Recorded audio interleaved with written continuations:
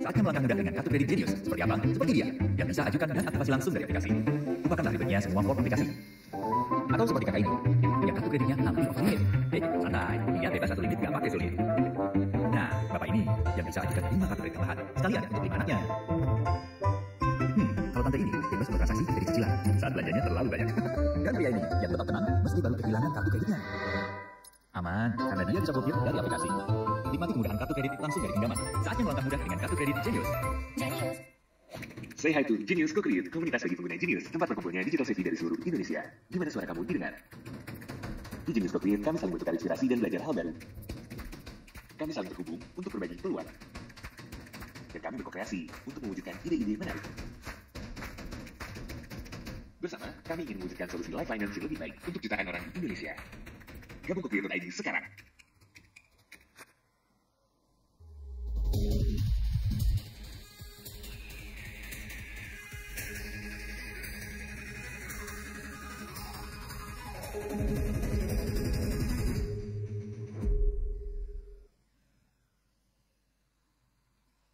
Saatnya melangkah mudah dengan kartu kredit Genius yang semuanya serba digital. Gak perlu apply sana sini, pengajuannya langsung dari aplikasi. Temukan di card center aplikasi Genius kamu. Masukkan informasi lengkap. Tunggu pengajuan disetujui. Siap-siap terima penawarannya. Pilih kartu yang kamu suka. Nah, kamu langsung punya kartu kredit virtual untuk transaksi online. Sekarang, waktunya aktifasi kartu fisik. Langkahnya ada di mailer yang kamu dapat. Dari aplikasi, pilih menu kartu di navigasi bawah layar. Pilih tanda 3 titik di kanan bagian tikar. Pilih aktifkan kartu fisik. Lalu scan kode QR yang ada di mailer. Segera buat PIN baru dan konfirmasi. Kartu kredit Genius kamu sudah bisa digunakan untuk transaksi offline. Nikmati kemudahan mengatur semuanya dari aplikasi. Mulai dari atur limit transaksi sesuai kebutuhan. Bisa langsung digunakan tanpa repot telepon ke bank. Praktis untuk transaksi pilihanmu jadi cicilan dengan SpeedPay. Dengan jangka waktu fleksibel dari 3 sampai 36 bulan. Cicilannya mudah kamu pantau. Jangan lupa aktifkan pembayaran otomatis supaya bayar tagihan bulanan gak lagi kelupaan. Kamu juga bisa ajukan hingga 5 kartu kredit tambahan. Cukup masukkan cashback. Pilih desain kartu. Kartu tambahan siap diberikan untuk orang-orang terdekat. Kartu hilang, kelupaan, gak panik lagi. Tinggal amankan dengan blok langsung dari aplikasi. Transaksi setiap hari untuk dapat Y-Points. Kamu bisa dapat double Y-Points dengan transaksi di kategori pilihan dan juga transaksi di luar negeri. Kumpulkan dan tukar dengan beragam reward menarik. Siap untuk langkah mudah. Ajukan sekarang untuk nikmati semua fiturnya. Genius.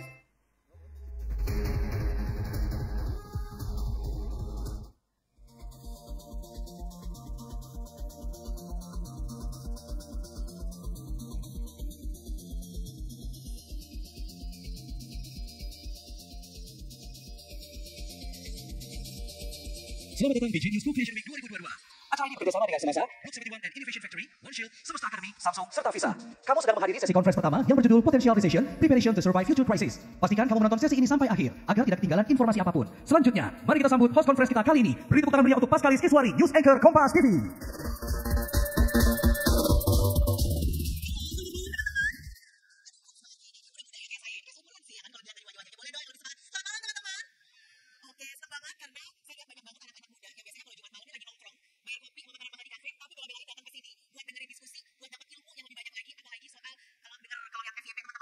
Yang ngomongin tahun depan gelap, tahun depan resesi gitu ya. Ini benar nggak sih, kita ini sebagai anak muda harus apa nih, kok kayaknya nyeremin banget. Jadi terima kasih sudah hadir hari ini teman-teman semua, bela-belain macet-macetan untuk datang ke Plaza Indonesia. Terima kasih, boleh tepuk tangan lagi buat teman-teman di sini yang semangat sekali buat belajar bareng-bareng teman-teman. Juga tes apa tentunya buat teman-teman yang bergabung via Zoom, via online. Halo, terima kasih sudah bergabung. Coba dicek itu tab komputernya kalau masih ada marketplace buat ngecek-ngecek belanjaan, boleh ditutup dulu. Kita ngobrol-ngobrol hari ini buat tambah ilmu, buat tambah pengalaman supaya nih ya yang ditakutin sama orang-orang katanya tahun depan lebih gelap nih nggak akan terjadi di kita karena kita sama-sama belajar pada malam hari ini. Nah teman-teman, kita saat ini malam ini ada di konferensi hari pertama. Saya ucapkan selamat datang lagi di Genius Co-Creation Week 2022. Malam ini kita akan bahas topiknya adalah Potential Recession, Preparation to Survive Future Crisis. Agak menyeramkan tapi tenang aja. Kalau teman-teman masih deg-degan, masih takut, dijamin nanti pulang sumringah karena tahu harus ngapain supaya bisa melawan ya katanya ada resesi potensi pada tahun depan. Saya Paskalis Kiswari teman-teman yang akan memandu diskusi pada acara hari ini malam ini hingga pukul 9 nanti. Nah sebagai informasi juga di acara hari ini kita sudah menerapkan protokol kesehatan. Seluruh kru dan pembicara sudah melakukan pengecekan suhu tubuh, lalu juga mencuci tangan, menggunakan masker dan juga pembatasan jarak fisik sekitar 1 meter. Nah sesuai dengan gelaran Genius Co-Creation Week pada malam hari ini, kita akan mendiskusikan juga strategi untuk anak-anak muda nih kayak kita semua yang ada di sini untuk membekali diri di tengah potensi ancaman resesi global di masa yang akan datang. Saya datang sendiri hari ini karena pasti udah ada pakarnya yang bakal punya informasi dan juga ilmu-ilmu yang akan dibagikan. Jadi teman-teman gak akan rugi nih malam ini ada di sini. Saya akan kenalin dulu teman-teman, hari ini akan ada Principal Consultant and CEO Zep Finance, Mbak Prita Gozi. Halo Mbak Prita, selamat malam. Lalu juga ada Chief Marketing Officer PT Bluebird Tbk, Pak Mediko Aswar yang biasa dipanggil Coach Matt. Coach Matt, halo, selamat malam Coach. Dan tentunya ada juga Digital Banking Acquisition Service and Marketing Head Bank BTPN, Ibu Ani Anita Ekasari. Bu Anita, halo selamat malam. Tadi ada di sini, oh ada di sana. Selamat malam Ibu Anita. Dan tentunya teman-teman semua pada malam hari ini yang sudah berkumpul bersama-sama pada acara Genius Vocation Week 2022. Terima kasih sudah hadir. Kita akan mulai nih sesi diskusi pada malam hari ini. Kita akan langsung saja mendengarkan ilmu-ilmu yang hari ini akan dibagikan oleh dua narasumber yang akan menemani saya pada malam hari ini. Semoga masih semangat. Kita tepuk tangan dulu deh biar makin semangat untuk mendengarkan diskusi pada malam hari ini. Juga buat teman-teman yang masih stay tune di Zoom, terima kasih banyak. Saya akan langsung panggilkan teman-teman pembicara pertama yang akan bergabung bersama saya pada malam hari ini. Yang pertama ada CEO Zep Finance, Mbak Prita Gozi, merupakan financial planner dan juga CEO di kantor konsultan keuangan Zep Finance. Karirnya sebagai financial planner dimulai saat beliau mendapat gelar S2 Graduate Certificate in Financial Planning dari Financial Services Institute of Australasia. Mbak Prita juga mendapatkan sertifikasi kompetensi untuk memberikan konsultasi finansial dari Australian Qualification Framework. Tepuk tangannya teman-teman buat Mbak Prita Gozi. Silakan Mbak Prita.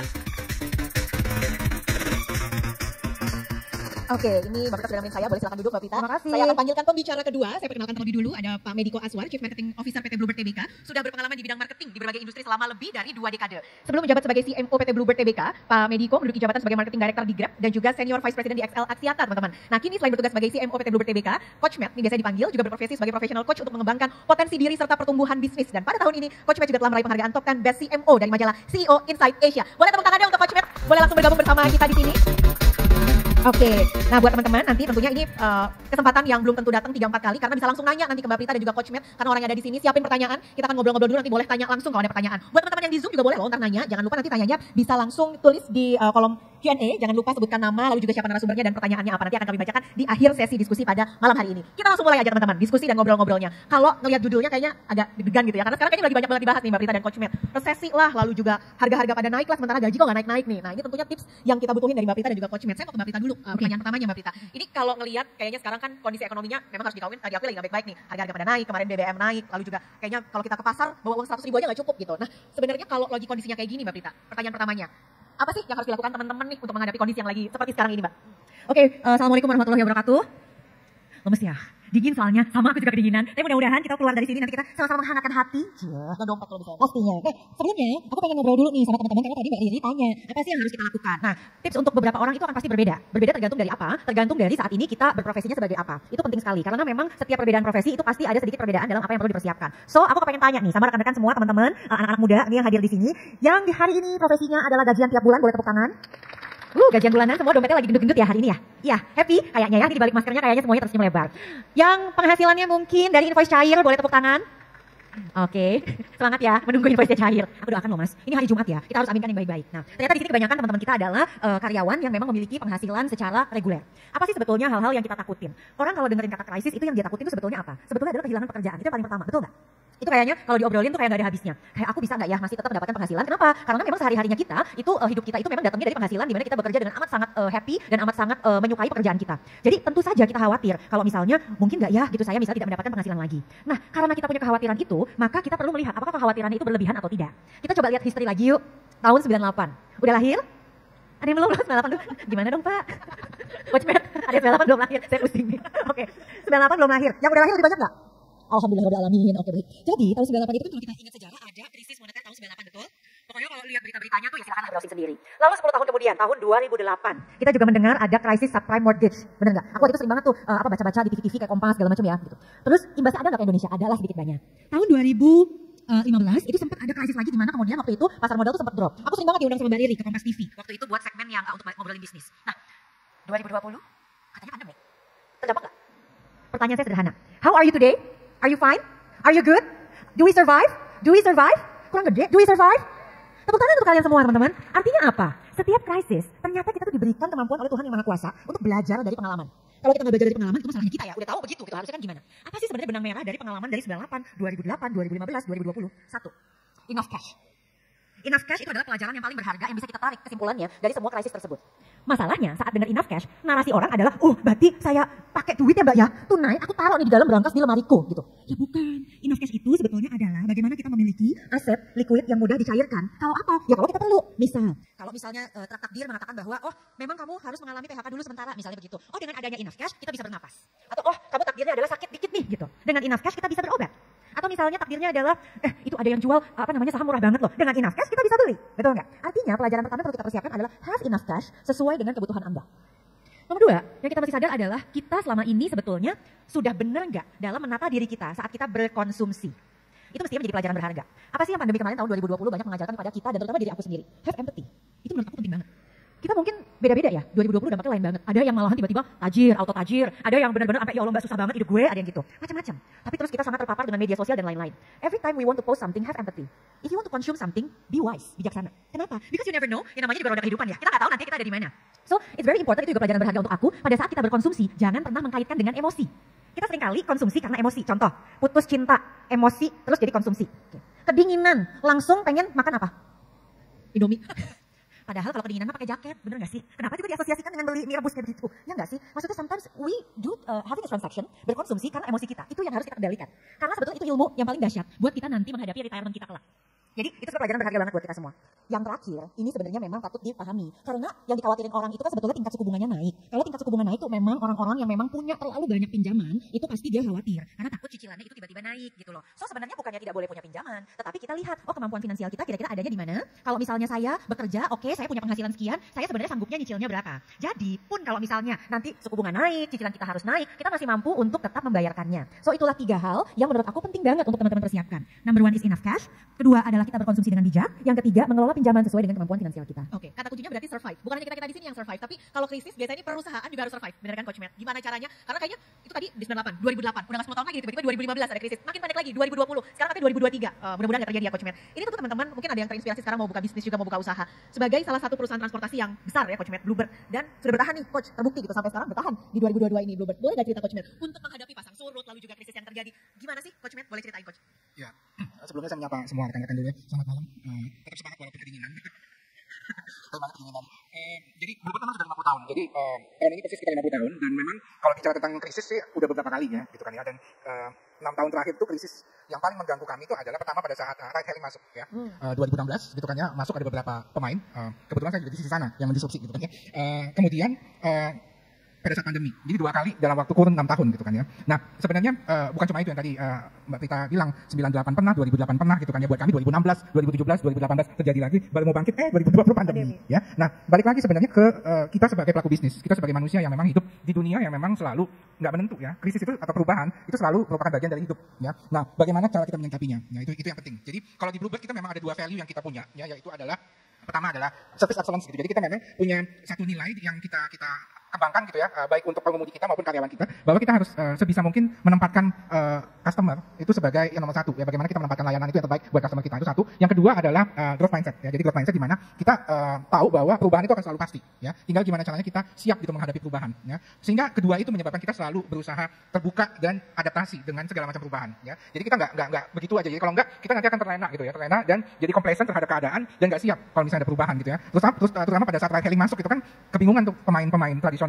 ya. Kalau dilihat juga pemain tradisional itu udah hampir nggak ada lagi selain kami gitu kan ya. Kemudian pas pandemi itu sebenarnya ya semua orang jadinya jadi nggak mobile. Yang kena dampak bukan juga kami, tapi juga pemain-pemain ride hailing ya, karena mereka juga terdampak sekali. Terus terang sejak pandemi kemudian kategori transportasi mobilitas itu keriset juga ya. Karena kalau dulu mungkin orang hanya perlu kenyamanan dan keselamatan saat bertransportasi. Begitu pandemi ada satu currency baru yaitu hygiene. Ya orang juga nggak mau dong sembarangan mobile dengan seseorang yang nggak serumah, siapa ini gitu kan ya. Jadi ada hygiene protection yang perlu kita cermatin juga. Jadi di situ kalau saya lihat adalah kita harus siap dulu open ya untuk beradaptasi, agile ya. Kemudian ya terima aja bahwa kita kalau ada perubahan, ada krisis, kita harus ngikutin gelombang itu. Jadi bukan menolak atau apa, we just embrace it ya. Embrace it kan ngikut gitu ya, ngikut begitu. Nah, di Bluebird sendiri karena memang kita tadi yang service excellence itu kita selalu menempatkan, kita menyebutnya human connection itu adalah DNA-nya Bluebird ya. Semua yang kita lakukan tuh memang dasarnya adalah mementingkan bagaimana kita bisa berinteraksi dengan manusia. Buat kami mengantarkan orang dari satu titik ke titik lain itu lebih dari sekedar cuma nganterin. Setiap perjalanan yang kami antarkan itu sebenarnya punya arti buat yang bersangkutan. Apakah dia mau ketemu orang-orang yang mereka kasihi, apakah dia mau menjemput cita-citanya misalnya, mau interview sama orang, mau ketemu dosen pembimbing, mau ketemu calon investor atau apa. Itu semua sebenarnya mendekatkan mereka ke sesuatu yang penting buat diri mereka. Ya. Jadi buat kami mengerti bahwa itu adalah suatu perjalanan yang penting buat mereka. Jadi itu yang kami tekankan sehingga dari awal mereka ingin dibantu perjalanannya sampai selesai, it's all about human connection. Makanya juga layanan kami juga menempatkan pentingnya para pengemudi kami itu untuk menempatkan konsumen itu secara unik gitu kan ya. Bagaimana mereka disapa, bagaimana mereka ingin ditolong. Kalau lagi mungkin lagi terlihat sedih atau apa, kita ditanya juga apakah ingin diajak ngobrol ya. Kalau misalnya terlihat tidak mau diajak ngobrol juga nggak diajak ngobrol gitu kan ya, dan dibantu dan segala macam. Jadi human connection itu penting buat kami. Sehingga begitu juga kami juga menerapkannya di dalam keluarga besar Bluebird yang ada puluhan ribu pengemudi dan karyawan ya. Bagaimana itu penting. Jadi balik lagi setiap krisis kita juga sebagai keluarga besar itu gimana caranya menempatkan diri kami untuk tetap menempatkan bagaimana service excellence dan juga kita bermanuver bersama menghadapi krisis yang terjadi ya. Terus kan 2 krisis yang terjadi itu akhirnya membuat kita ya udah kita ikutin, kita manuver ya. Memang kita mungkin bukan yang pertama bukan disruptor, tapi kita ikutin apa sih sebenarnya kemauan konsumen. Ya, apa sih kemauan konsumen? Ternyata pada saat pandemi, even nenek-nenek saja yang sebelumnya nggak pernah pakai smartphone, kemudian tiba-tiba bisa kok nge-zoom, tiba-tiba bisa nyari resep.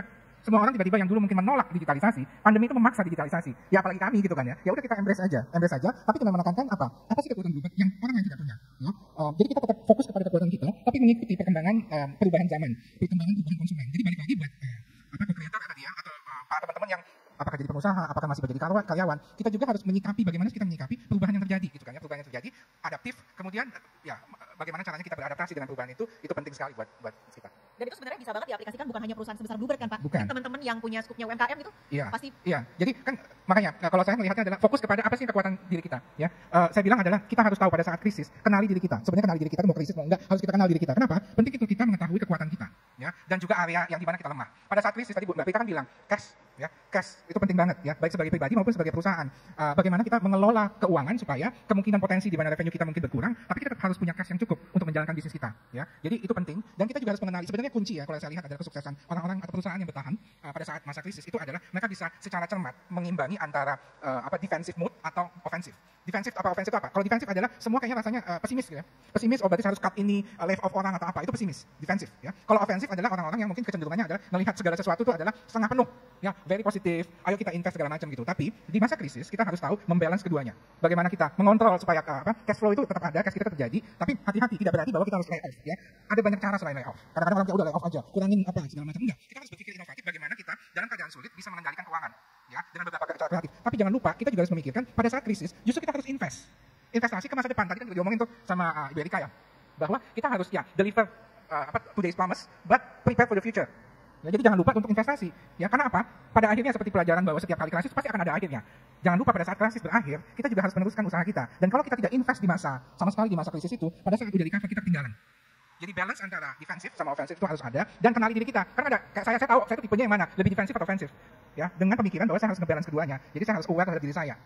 Gitu. Oke, pas nih ngomong-ngomong soal investasi. Nah, Mbak Prita, kalau kondisinya lagi kayak gini, terus sekarang kan sebenarnya investasi itu udah macam-macam banget ya, Mbak, yang bisa diakses. Ada emas, ada saham, ada reksadana gitu. Nah, kalau lagi kayak gini sebenarnya yang paling pas investasinya apa sih, Mbak Prita? Oke, kalau kita bicara investasi, berarti kita harus bicara kondisi yang memungkinkan kita untuk bisa invest nih teman-teman. Kenapa? Karena sebetulnya investasi itu sudah beberapa langkah setelah kita ngeberesin hal-hal yang sifatnya fondasi terlebih dahulu. Itulah kenapa mungkin tadi diceritain bahwa 6 dari 10 operatornya Genius itu ternyata sudah memiliki ilmu keuangan. Tapi masih pengen tahu gimana caranya berinvestasi, investasi apa yang bagus buat dia, bahkan mungkin mau mencoba beberapa hal yang lainnya. Nah, itu baru bisa dilakukan kalau memang teman-teman sudah memenuhi beberapa hal yang mana fondasinya itu udah kuat. Jadi before kita choose investment yang mana, berarti kita harus pastiin dulu nih ada checklist-checklistnya. Oke, teman-teman, aku mau ajak teman-teman untuk sama-sama ngeliatin checklistnya dan kira-kira berkata pada diri sendiri, aku sudah seperti itu atau belum. Oke, nomor 1. Teman-teman udah punya tujuan belum? Udah apa belum? Hah? Tujuannya mau ngapain? Hah, mau kaya? Ya Allah. Emang kaya seberapa kaya sih? Ya, tujuannya mau ngapain coba? Ayo, yang di sebelah sini aja, aku minta 1. Tujuannya mau ngapain? Apa? Hah? Traveling? Gak kedengeran? Oh, tujuannya adalah mau beli saham. Oke, yang di sebelah sini tujuannya 1 aja. Apa? Oh, buka usaha sendiri, Mbak. Mbak. Buka usaha. Aku tadi dengar kamu mau nikah. Ya, maaf ya. Oke, habis gak kedengeran, aku dengar begitu. Oke. Di sini mau apa? Pensiun dini. Oh, baik. Dini banget ya, sedikit juga mau. Dini apa? Oke, pertanyaannya gitu ya. Mbak, dini. Mbak, pensiun dini atau pensiun dini, Mbak? Nah, gini, kan tadi udah disebut nih, ada yang mau pensiun dini, ada yang mau punya usaha, berarti kan harus ada modalnya, dan ada yang mau membeli saham. Oke, teman-teman, di antara 3 tadi itu, yang sudah merupakan tujuan tuh yang mana aja? Yang sudah merupakan tujuan. Karena masih ada 1 yang sebenarnya belum jadi tujuan. Aku masih penasaran tuh. Yang 1 itu sebenarnya tujuannya maunya apa? Kalau kita sudah tahu bahwa ujungnya, oh saya mau umroh, oh saya mau beli rumah, oh saya mau punya modal usaha, oh saya mau pensiun, sedini apa? Makanya tadi saya tanya itu ya, dini ini usia berapa? Karena kalau ditanya ke Prita ya, aku mau pensiunnya nanti 70 kalau aku dapat umur Pak. Ya, amin. Karena aku memang gak mau pensiun dini Mbak. Aku bisa gila di rumah nanti. Gak bisa aku dikasih cuti hamil aja sebulan, anakku masih baru udah masuk kantor. Beneran aku gak tahan. Soalnya kata mamaku, kamu mendingan masuk kantor deh kayak gitu ya. Soalnya aku cuma gara-gara lihat, ini siapa yang nyemprot-semprotan nyamuk di kamar anakku, aku bisa ngomel-ngomel. Aduh kamu kayak udah gak bener banget nih, kamu mendingan kantor kayak gitu, aku gak bisa Mbak. Tapi itu oke, pensiun dini kita harus didefinisikan. Nah, aku mau tanya sebenarnya tadi yang beli saham. Kenapa mau beli saham? Misalnya dia bilang, aku mau beli saham karena aku kepengen beli harganya murah, aku jual di harga yang lebih mahal. Oke, terus capital gainnya selisihnya mau buat apa? Aku beliin lagi saham. Oke, habis beli saham terus naik, terus selisihnya buat apa? Aku mau pakai buat traveling ke Eropa. Nah, jadi tujuannya dia apa? Traveling ke Eropa. So first things first, harus tahu tujuannya dulu. Karena kalau kita nggak tahu tujuannya kita apa, dan kita akan selalu jadi orang yang bertanya-tanya, ini investasi saya udah bener nggak ya? Terus saya sebenarnya on track nggak sih? Terus nggak bersyukur, ngeliatin orang lain mulu, karena dia sendiri nggak punya tujuan. Tujuan hidup dia itu adalah supaya sama siapapun yang ada di Instagram dan jadi favorit dia, gitu loh. Ya nggak bisa begitu dong. Maksudnya kan kita mesti punya tujuan tertentu yang kita tahu kalau kita dapat itu memang itu oke, nomor 2. Nomor 2 ya, udah siap ya? Tidak punya utang-utang konsumtif yang bunganya tinggi banget. Aman? Aman? Ada yang gini, ada yang gitu dari sebelah sini kelihatan gitu. Ya udah nggak apa-apa. Tapi berarti itu berarti ketahuan. Oh, berarti kamu beresin itu dulu. Manage kan kita bukan nggak boleh punya pinjaman, tetapi mesti mengelola sesuai dengan kebijakan kita. Oke. Dan yang ketiga, sudah punya dana darurat. Udah? Kok kayaknya nggak meyakinkan, nih udah punya dana darurat belum? Benar. Oke, baru kita bicara investasi. Nah, investasi buat kita itu harus yang pertama, sesuai dengan tujuan kita. Tiap orang aja, tadi aku tanya 1, 2, 3, tujuannya bisa beda-beda, benar nggak? So pada saat kita mau investasi apa, kita harus tahu dulu tujuan kita. Yang kedua, kenali diri kita. Jadi internal dulu nih, sebelum milih barangnya, barang itu kan eksternal. Internal dulu kita kenal. Teman-teman, sadar nggak? Kalau kita berbicara tentang resiko dari kemampuan kita, itu ada 3 yang mesti kita kenali. Yang pertama adalah profil resiko kita. Profil resiko itu berhubungan dengan usia. Biasanya yang usianya di bawah 30 misalnya, itu akan berbeda profilnya dengan mereka yang di atas 30, di atas 40, dan di atas 50 dan seterusnya. Paham ya? Nanti berhubungannya dengan pemilihan aset investasi dan komposisi. Nah ini yang kedua, kita bicara tentang, toleransi resiko. Teman-teman, di angka berapa kalau investasi kalian turun, kalian bakal marah? Pernah mikir gitu nggak? Misal, aku ambil contoh tadi, siapa yang mau investasi? Semua ya? Oke, Mbak, kamu deh Mbak. Oke, kamu dari tadi udah gini-gini soalnya. Oke. Mbak, kalau misalnya kamu investasi, terus investasi kamu turun 5 juta rupiah. Kamu investasi 10 juta, turunnya 5 juta, kamu marah nggak? Marah, pasti ada rasa kecewa. Rasa kecewa marah? Sedih ya, sedih. Lebih marah itu atau lebih marah ketinggalan kereta, Mbak? lebih marah ketinggalan itu sih investasi. Oh, lebih marah turun 5 juta, oke. Kalau turunnya 4 juta marah nggak? Masih bisa dikejar kayaknya kalau 4 juta. Oke, berarti 5 juta dia marah, ya. Tapi kalau turunnya 4 juta, kamu udah nggak marah? Enggak. Berarti kalau turunnya 6 juta, kamu bakal marah. Tapi turunnya 3 juta, ya pasti kamu nggak marah. Iya. Berarti artinya toleransi resikonya Mbak itu adalah 40%. Betul. Oke, nah itu kita bisa beda-beda, setuju nggak? Ada orang yang cuma turun 100.000 aja, itu udah ngomel-ngomel loh. Beneran? Padahal aku suka nanya begini, itu turun 100.000 ya, dia ngomel. Tapi dia beli skincare-nya nggak cocok, dia buang, dia cuek banget. Padahal skincare-nya harganya berapa? Mungkin 300-500.000. Dia cuma pakai sekali 2 kali ya, break out, dia buang. Itu kan dia buang hilangnya lebih dari 100.000, itu betul nggak teman-teman? Tapi kok bisa cuek? Nah artinya kita bisa mengenali toleransi resiko. Dan yang ketiga adalah minat. Minat itu berhubungan dengan kita. Kita minat belajarnya apa? Aku tuh nggak bisa paksain loh orang belajar. Ada yang memang, dia dikasih berbagai jenis instrumen investasi, dia mau belajar, tapi yang lain nggak mau. So, kita mesti kenali resiko kita. Yang ketiga, baru kita kenali resiko dari asetnya. Nah, resiko dari asetnya itu berhubungan biasanya dengan potensi return. Return itu adalah hasilnya. Nah, biasanya kalau hasilnya diharapkan tinggi, maka kita juga harus siap terima resiko juga yang tinggi. Nah, sekarang pertanyaannya, kalian punya modal berapa? Karena kalau kita berbicara krisis, whatever it is ya, itu berbicara kita punya modal berapa. Kalau dana darurat kita udah lengkap, modal kita itu kuat, kita emang punya nih istilahnya extra cash, kita punya cash yang berlebih, kalian mau investasi apa aja juga oke-oke aja beneran deh. Dia masukin uang misalnya 1 M, terus udah gitu dia masukin yang dikasihnya kecil, misalnya 2%, 3%. Dari 1 M, 2%, 3% aja dia udah dapat berapa? Puluhan juta udah lumayan, bener nggak? Tapi kan kalau yang modalnya misalnya 100.000 atau 1 juta dan itu duit yang dia punya satu-satunya, kita nggak bisa bicara hal yang sama gitu loh.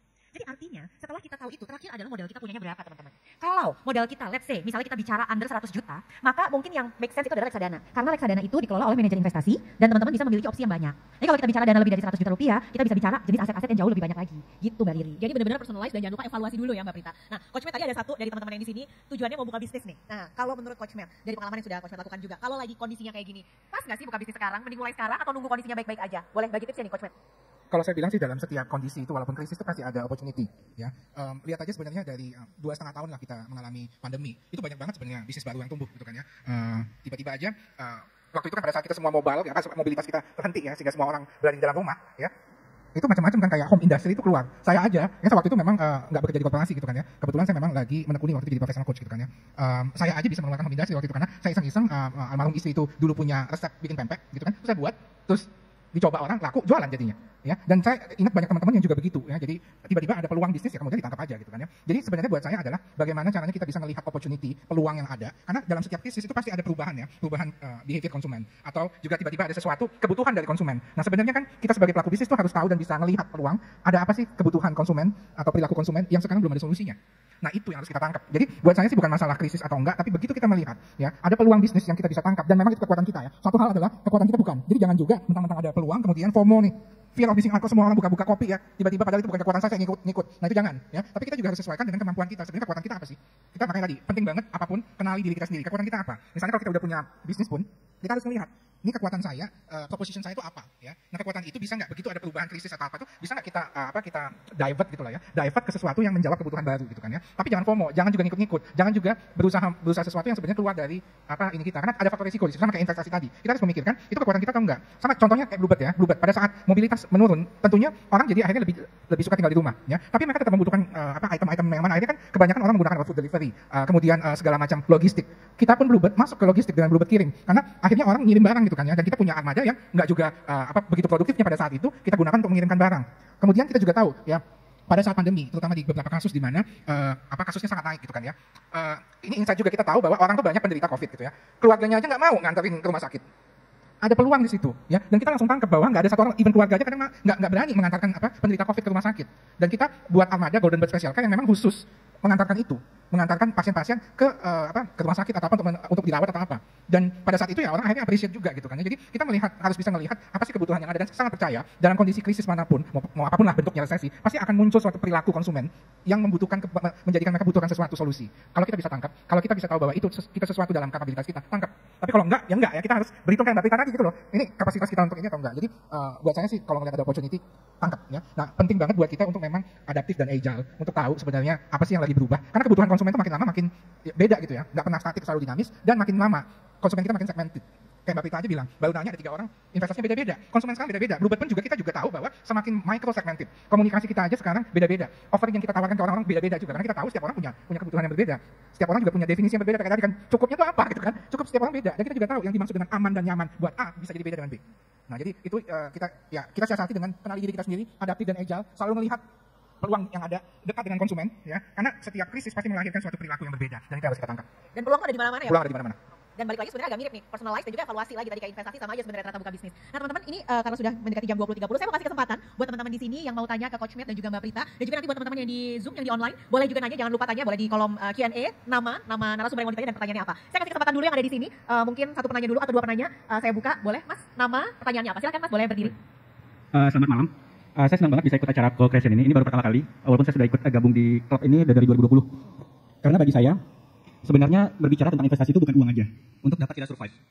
Karena ilmu, ketika kita berbicara uang, kita akan dapat nominal. Tapi ketika kita berbicara ilmu, bisa kita mau melamar kerja, mau berhadapan dengan siapapun, klien atau segala macam, dengan kita punya ilmu juga, kita juga bisa menambah value diri kita. Misalnya dari pekerjaan, kita bisa nambah dari penghasilan gaji. Jadi bagi saya adalah, untuk survive sekarang ini, selain punya dana darurat, alhamdulillah saya punya dana darurat investasi di reksadana pasar uang. Kenapa? Karena itu lebih cocok untuk jadi dana darurat ketimbang nyimpan di uang. Di bank, dari segi bunganya. Tapi juga ilmu, seperti saya mau meluangkan waktu di sini, ini juga sebagai bentuk saya untuk survive. Karena yang namanya ilmu itu tidak bisa kita hari ini kita dapat impact-nya, tapi kita bisa untuk bertahan untuk di beberapa hari kemudian gitu. Yang ingin saya pertanyakan adalah ke Mbak Ibu yang ini. Saya cukup takjub dengan cara dia menanyakan, terus juga menyampaikan bagaimana kita ini maunya apa sih gitu. Bertahannya bagaimana gitu, kayak tadi misalnya mau pensiun dini di umur berapa, memang benar. Kita harus punya tujuannya. Nah, sekarang yang saya tanyakan, Ibu, tujuannya sekarang ini apa sih, Ibu? Gitu kan. Karena kan kalau dilihat sekarang kan saya sudah ngikutin Ibu juga di beberapa sosial media. Saya lihat Ibu udah cukup mapan lah gitu. Apa sih yang ingin Ibu capai lagi gitu? Apakah mungkin Ibu ingin menjadi orang inspiratif bagi banyak orang, merubah hidup banyak orang, atau apa gitu? Itu aja. Terima kasih. Dengan Mas siapa? Giro. Mas Giro. Oke, terima kasih Mas Giro. Kayaknya langsung dijawab dulu aja Mbak Prita. Terima kasih untuk pertanyaannya. Kalau ditanya Prita Gozi saat ini tujuan finansialnya apa? Oke, tujuan finansialnya Prita saat ini adalah mengumpulkan dana pensiun yang memang sesuai dengan apa yang saya dan suami saya tetapkan. Kenapa? Karena kami berdua itu adalah orang-orang yang memang memiliki target nanti akan pensiun di usia berapa. Dan kami memang tidak pernah menginginkan untuk pensiun di usia muda. Itu memang kami berdua seperti itu. Kenapa? Ya saya memang suka kerja, suami saya juga lebih suka kerja lagi gitu. Kayaknya kerja is his middle name I think gitu. Nah, kenapa sih kami tetap menyiapkan pensiun? Karena kami tidak menginginkan anak-anak kami kelak itu menjadi seseorang yang generasi sandwich tadi itu. Ya. Saya pernah bikin satu statement di Instagram, financial independence itu tidak menjadikan orang tua kita dana darurat, tidak menjadikan anak kita dana pensiun, dan tidak menjadikan teman kita pay later. Kalau tiga-tiganya kita sudah bisa, berarti kita sudah independen. Nah, itu yang saya mau jaga. Ikhtiar saya adalah dengan perencanaan keuangan. Takdirnya Tuhan berkata apa, ya saya harus terima, Mas. Karena resep saya udah usia sekian gitu kan. Resep saya tuh apa? Akhirnya saya menemukan bahwa it's not the fastest, tetapi siapa yang memang paling konsisten, akhirnya dia yang akan paling beruntung. Karena konsisten itu istiqomah kalau di kepercayaan saya ya. Itu kita pastilah, namanya hidup itu pasti ada naik turun, pasang surut itu pasti ada. Tetapi dengan ilmu, lalu kita konsisten terus, maka berbagai tantangan hidup itu satu persatu bisa kita lewati.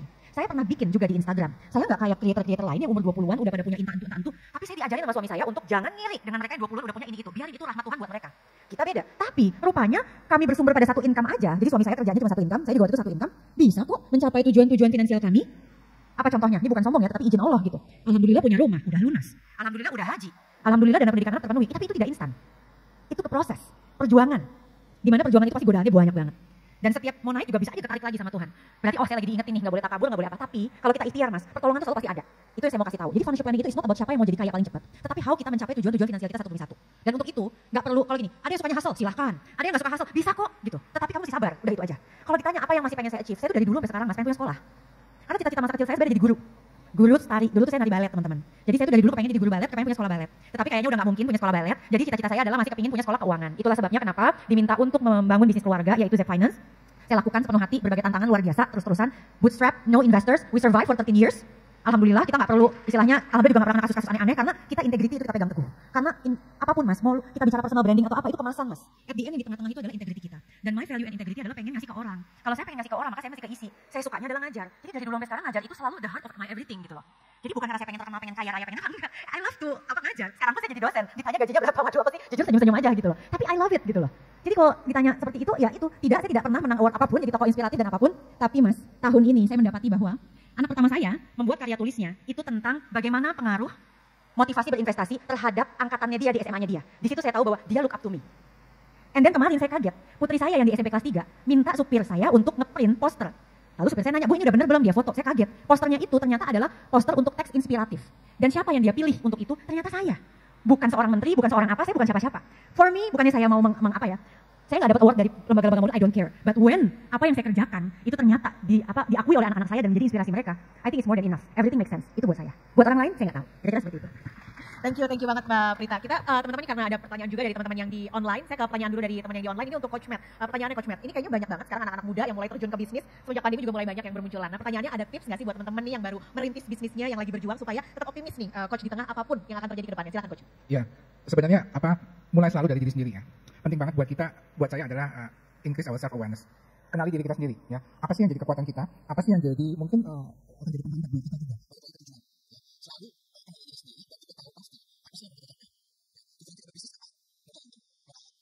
Atau hal lain gitu kan ya. Buat saya bisnis itu harus menjawab suatu kebutuhan yang ada di masyarakat ya. Jadi real needs ya. Jadi kalau memang ada kebutuhan yang akan kita jawab, bisnis itu dengan sendirinya akan tumbuh. Saya selalu percaya itu ya. Nah, kita harus tahu sebenarnya apapun entah produk, entah layanan yang kita punya, apa sih yang mau kita jawab, kebutuhan apa yang kita jawab di masyarakat ya. Selama kebutuhan itu ada dan real ya, tinggal berarti bagaimana kita memastikan bahwa solusi itu memang adalah solusi yang paling tepat, dan kemudian gimana caranya kita bisa melihat bahwa value proposition yang kita kasih itu adalah benar ya, dan kemudian kita kembangkan gitu kan. Jadi kalau saya selalu balik, ya mungkin karena saya coach juga kali ya, yang biasa coach sama saya mungkin bosan selalu ngomongnya adalah kenalin diri dulu gitu loh. Apapun misalnya coaching sama saya selalu mulai dengan sesi apa, kenalin dirinya dulu.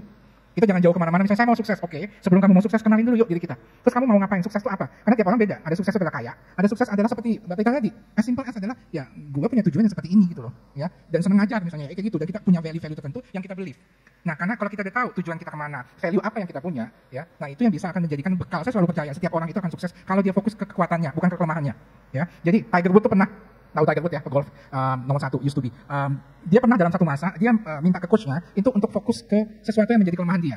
Ternyata setelah beberapa waktu, coachnya ngikut aja, oke, let's try katanya. Karena coachnya juga pengen membuktikan sesuatu pada Tiger Woods ya. Dan setelah beberapa lama ternyata cap-nya dia malah turun. Nah dari situ terus dibalikin sama coachnya, jadi kayak gimana? Terus kok kenapa saya jadi turun ya? Padahal saya mau fokus membenarkan sesuatu yang saya lemah katanya. Ya, karena setiap orang itu sebenarnya sumbernya itu adalah bagaimana orang menggunakan leverage dia punya strength, not actually addressing the weakness. Jadi kita harus tahu diri kita sendiri sehingga kita bisa menggunakan kekuatan kita, dan kekuatan kita itulah yang kita gunakan untuk mencapai suatu tujuan yang kita mau. Karena mental, kalau kita punya spirit di mana kita tahu tujuan kita situ tuh ya, kemudian kita menggunakan kekuatan kita, energi kita fokuskan ke situ, insya Allah dapat. Saya percaya gitu kan. Jadi balik lagi, kita harus tahu apa yang kita mau, kita tahu kenali diri kita sendiri dan formulasikan itu untuk sesuatu yang memang kita mau. Saya mungkin lama di bisnis, tapi terus terang latar belakang pendidikan saya bukan sama sekali bisnis. Some people think kayak saya tuh MBA atau apa gitu ya, nggak ada. Saya tuh engineer kok dulunya gitu kan. Saya engineer, I was lecturer juga dulu di ITB. Cuma saya nggak betah. Kenapa nggak betah? Saya ini orangnya agak unik gitu kan ya. Saya punya otak kiri dan kanan yang balance. Ya, dan saya nggak bisa tuh. Engineer itu sesuatu buat saya easy gitu ya. Ya, bisa itu saya lakukan. Tapi saya nggak pernah menemukan kepuasan dalam melakukan segala sesuatu yang berhubungan dengan engineering. Dan karena saya tahu itu, saya memilih walaupun ditawarin PhD, saya punya double master degree dari luar, ditawarin PhD, dan karena waktu itu kebetulan saya juga sebagai dosen kan di ITB, but I didn't find passion. Ya, saya tahu diri saya bahwa saya membutuhkan otak kanan saya ini kalau nggak dipenuhin, ada sesuatu yang hilang. So I decided 25 years ago bahwa this is not for me. Jadi saya memutuskan saya nggak ambil PhD, saya pulang ke Indonesia, saya nggak balik ke ITB, saya memutuskan mencari sesuatu yang akhirnya saya temukan marketing is my passion. Ya, dan karena saya tahu oke, that's marketing ya, memang awalnya susah karena saya nggak punya latar belakang. Ya, jadi but my drive adalah bahwa saya suka itu, saya tahu apa yang saya mau, dan oke, let's do it. Dan ya again, tujuan hidup yang penting banget juga ya. Buat saya sih yang penting bukan tujuannya, tapi dalam proses itu bagaimana kita selalu berpegang teguh pada nilai-nilai yang kita anut. Kemudian juga tadi ada integrity, itu penting ya, being genuine gitu ya, positif gitu ya, nggak maksudnya adalah apa yang kita lakukan memang buat orang lain. Akhirnya nyampe gitu. Saya nggak pernah sih sebenarnya pikir misalnya dulu, kalau ditanya kan anak-anak sekarang yang termasuk anak saya mungkin lebih berani ya untuk bermimpi ya. Saya dulu cuma pengen apa? Ya udah, saya dari engineer switch ke marketing, saya cuma pengen jadi marketer yang baik. Saya nggak pernah kepikiran saya jadi CMO, saya jadi apa dapat. It comes naturally. Ya, it comes naturally. Yang menurut saya karena memang intinya buat saya adalah I try to do kalau diharapkan segini saya berusaha 150% atau 200%. Kalau dapat syukur, kalau enggak ya udah gitu kan ya. Karena saya punya standar sendiri. Nah, buat pelaku bisnis di sana, saya pesan juga adalah satu ya, selain kenali diri kita sendiri dan segala macam, have a mentor. Punya mentor. Ya, yang benar-benar orang yang akan membantu kita gitu ya. Jadi jangan hanya berpegang pada diri sendiri, tapi juga tanya, kolaborasi sama orang lain. Bahkan contohnya kayak Bluebird ya. Kita aja akhirnya berkolaborasi kan dengan kompetitor kita. Ya, yang sesuatu yang mungkin ngapain kalau orang pikirin, tapi enggak. Di zaman sekarang, ya kesuksesan itu sering sekali akan terjadi kalau kita kolaborasi bahkan dengan kompetitor kita. Ya, jadi jangan jadi musuh gitu ya. Bagaimana caranya kita ngelihat berkolaborasi dengan orang lain dan menawarkan solusi yang lebih baik pada konsumen. Gitu. Thank you, Coach Pet, semoga terjawab dari Mbak Ica di Zoom. Masih ada kesempatan, satu pertanyaan. Oh, sorry banget ternyata waktunya udah habis, teman-teman. Tapi kita berikan tepuk tangan untuk malam ini untuk Coach Pet dan juga Mbak Prita yang sudah memberikan energi dan juga motivasi. Semoga juga memberikan hal-hal positif buat teman-teman ke depannya. Pulang nih akan lebih semangat untuk yang mau buka bisnis. Udah punya poin-poinnya tadi dari Coach Pet dan juga untuk yang tahun depan deg-degan, tenang aja. Kenali diri, jangan lupa buka pada apapun yang ada di depan mata. Tetap semangat untuk menghadapi apapun yang akan terjadi ke depan. Sekali lagi terima kasih teman-teman semua yang sudah hadir mendengarkan kita pada malam hari ini. Boleh tepuk tangan lagi dong teman-teman supaya semangat, supaya makin hangat pada malam hari ini. Dan saya tutup diskusi kita pada malam hari ini. Saya Pascal Tiswari menutup acara malam hari ini. Terima kasih teman-teman. Hati-hati di jalan. Semoga sehat selalu dan jangan lupa kita akan foto dulu bersama. Coach Pet dan juga Mbak Prita, silakan.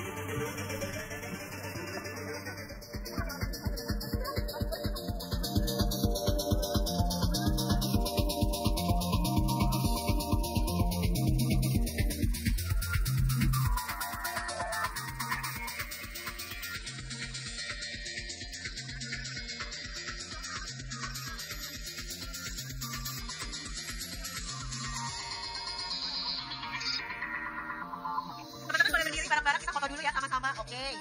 Kameranya Mas Bunga-Bunga terlebih dulu. Kita berempat tutupin penonton nggak? Aman, oke. Siap ya teman-teman? 3, 2, 1.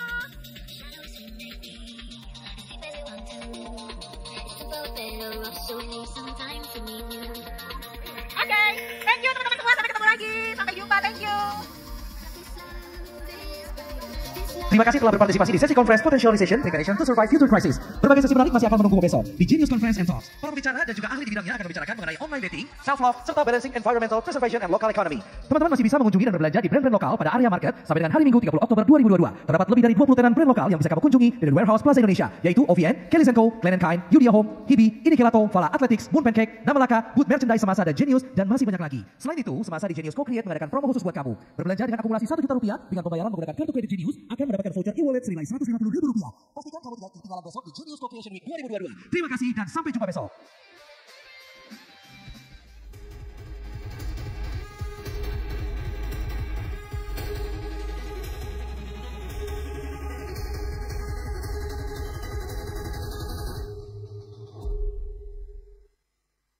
Saatnya melangkah mudah dengan kartu kredit Genius. Seperti apa? Seperti dia, yang bisa ajukan dan aktifasi langsung dari aplikasi. Lupakanlah ribetnya semua form aplikasi.